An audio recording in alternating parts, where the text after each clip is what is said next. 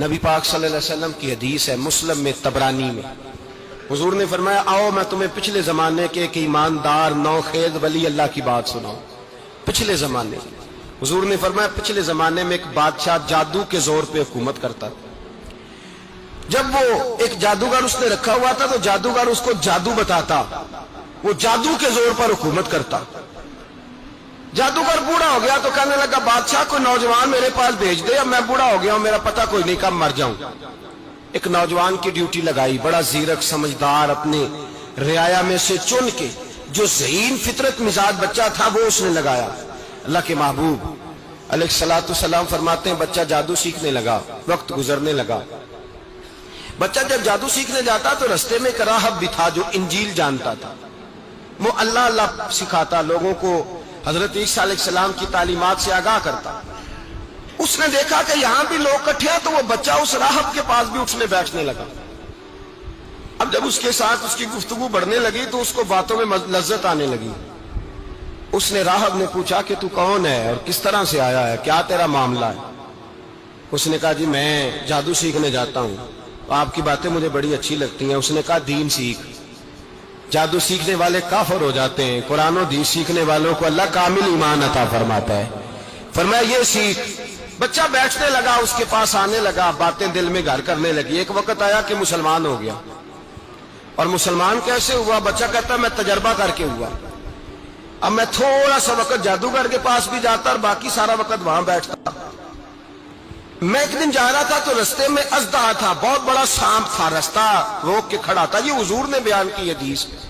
نبی پاک صلی اللہ علیہ وسلم فرماتے ہیں بچہ کہتا ہے کہ رستے کے اندر سانپ ہے، رستے بند ہے، لوگ چھتوں درختوں پہ چڑھے، ہراش ہے۔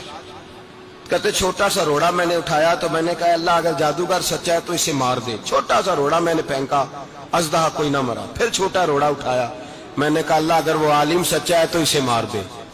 اب جب میں نے روڑا مارا تو اژدہا مر گیا۔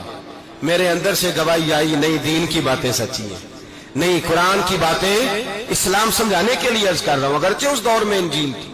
اللہ رسول کی باتیں اچھی ہیں۔ کہتے میں مسلمان ہو گیا، اب میں نے راہب کے پاس ہی رہنا شروع کر دیا، جادوگر کے پاس چھوڑ دیا۔ اس بچے نے آنا، بادشاہ پوچھتا کہاں زیادہ وقت گزارتے ہو تو وہ بات گول کر دیتا۔ وقت تیزی سے بڑھنے لگا، اللہ نے اس نوجوان میں طاقت پیدا کر دی۔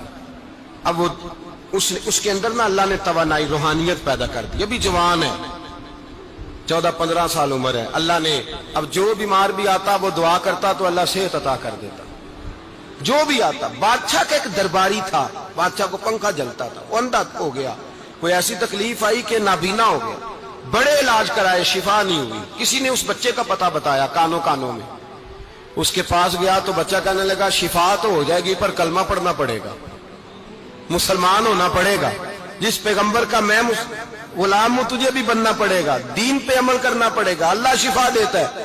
اس نے کہا تو مجھے کلمہ پڑھا، مجھے شفا دے، میں تیار ہوں۔ اس نے کہا شفا تو اللہ دیتا ہے۔ اس نے اللہ تبارک و تعالیٰ کا ذکر کر کے دعا مانگی، یہ مسلم شریف میں حدیث ہے، طبرانی میں موجود ہے۔ اللہ نے اسے شفا دی، اس نے کلمہ پڑھنا شروع کر دیا۔ یہاں ایک نقطہ لکھا ہے ہمارے علماء نے، کہتے ہیں جب اللہ ولایت عطا کرتا ہے نا تو یہ سفید بالوں والے کا حصہ نہیں ہوتی۔ اگر جوانی میں کوئی آدمی توبہ کر کے تصوف کے راستے پہ چلتا ہے تو سب سے زیادہ ولایت اللہ اسے عطا فرماتا ہے، سب سے زیادہ ولایت اس کے پاس ہوتی ہے۔ ابھی اس کے بال کالے ہیں، چڑھتی جوانی ہے، دعا کی تو اللہ نے، اور حدیث پاک میں موجود ہے کوڑے آتے تو شفا یاب ہو جاتے، اندھے آتے تو شفا یاب، برس والے آتے تو اللہ سے دے۔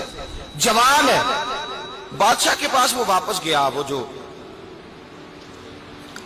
آدمی جس کی آنکھیں ٹھیک ہوئی تھی۔ بادشاہ نے پوچھا کہ کیسے شفا ملی؟ تو کہنے لگا میرے رب نے شفا دی ہے۔ بادشاہ سجدے کراتا تھا، اپنے آپ کو منواتا تھا، معاذ اللہ، کہنے لگا میرے علاوہ کون رب ہے؟ اس نے کہا وہی رب ہے جس نے تجھے پیدا کیا ہے، اور وہی رب ہے جس نے مجھے اندھے کو آنکھیں دی ہیں، وہی ہے میرا مالک۔ کہا اچھا تو مجھے نہیں مانتا؟ کہا نہیں میں اپنے رب کو مانتا ہوں۔ بادشاہ نے اسے سزا دی، ستایا، اس نے بچے کا پتہ بتایا، پھر بچے کو بلا کے ستایا تو اس راہب کا پتہ بتایا، راہب بھی قتل ہو گیا، نابینا بھی قتل ہو گیا۔ بادشاہ نے کہا سپاہیوں سے اس بچے کو لے جاؤ اور پہاڑ کی چوٹی پہ جا کے نیچے پھینکو تاکہ مر جائے. بچہ پہاڑ کی چوٹی پہ گیا تو ہاتھ اٹھا کے کہنے لگا یا اللہ میرے لیے نہیں اپنے لیے، میرے لیے نہیں اپنے لیے انہیں اپنی قدرت کے جلوے دکھا. میرے لیے نہیں، اللہ کے بندے اپنی جان بچانے کی دعائیں نہیں مانگتے، اپنے لیے انہیں اپنی قدرت کے جلوے دکھا. یہ دعا مانگی، جتنے لوگ ساتھ آئے تھے وہ سارے زمین پہ گرے اور سب مر گئے، پہاڑ سے گر کے مر گئے. بچہ واپس سیدھا بادشاہ کے پاس کہنے لگا لو بھائی میرے رب نے مجھے بچا لیا ہے. جوان کا ایمان دیکھو، میرے رب نے مجھے، بولو میرے اللہ نے مجھے ایمان کی گواہی دے رہا ہے، میں بچ گیا ہوں، تو جھوٹا ہے، میرا رب سچا ہے. اس نے کہا لے جاؤ اس کو دریا میں، کشتی میں بٹھاؤ، بیچ دریا کے جا کے دھکا دے دو. بیٹھے کشتی میں، دریا کے بیچ گئے، اور جب جا کے وہاں اس کو دھکا دینے لگے تو اس نے کہا اللہ میرے لیے نہیں اپنے لیے انہیں اپنی قدرت کے جلوے دکھا. بس ایک طوفان سا آیا، جتنے سپاہی ساتھ آئے تھے ڈوب کے مر گئے. وہ بچہ اٹھا اور سیدھا پھر بادشاہ کے پاس، اسی کے پاس کہنے لگا لو بھائی میرے رب نے مجھے بچا لیا ہے، تیرے پاس آیا ہوں. وہ کہنے لگا تو کیا مصیبت میرے گلے پڑ گئی ہے، کیسے جان چھوٹے گی؟ تو بچہ کہنے لگا اگر تو مجھے باندھے درخت کے ساتھ اور سارے ملک کو بلائے، لوگوں کو اکٹھا کرے، پھر تو مجھے تیر مارنا، میں تجھے بتاؤں گا کیسے مارنا ہے، میں مر جاؤں گا. اللہ کا بندہ نوجوان ایمان دیکھو، مرنے کے طریقے بتا رہا ہے، میں تجھے بتاؤں گا میں کیسے مروں گا. یہ بات کہی، بادشاہ نے سارا مجمع جمع کیا، ملک سارا باہر آ گیا، درخت کے ساتھ باندھ دیا. کہنے لگا بھائی لوگوں یہ مجھے مارنا چاہتا تھا، مار نہیں سکا، اب میں اسے بتانے لگا ہوں کہ میں کیسے مروں گا. اسے کہو جب تیر مارے تو ساتھ میرے رب کا نام بھی لے، میں اپنے رب کے نام پہ جان دوں گا، ایمان کی پختگی میں اللہ کے نام پر جان دوں گا. اسے کہو رب کے نام پہ مارے، مر جاؤں گا. بادشاہ نے اللہ کہہ کے تیر مارا، پیشانی میں لگا، بچے کی روح پرواز کر گئی. جتنا مجمع کھڑا تھا سارا کلمہ پڑھ کے مسلمان ہو گئے، سارے مسلمان ہو گئے سارے. میرے رسول پاک سید عالم صلی اللہ علیہ وسلم نے نوجوانوں کو بتایا جب تمہارے اندر ایمان کی قوت آئے گی تو اللہ تمہاری مدد کرے. فرمایا وہ نوخیز ولی تھا، ابھی جوان رانا تھا، ابھی اس کی پیشانی پر جوانی کے آثار تھے، لیکن اس نے اللہ کو راضی کیا، رب کریم کو راضی.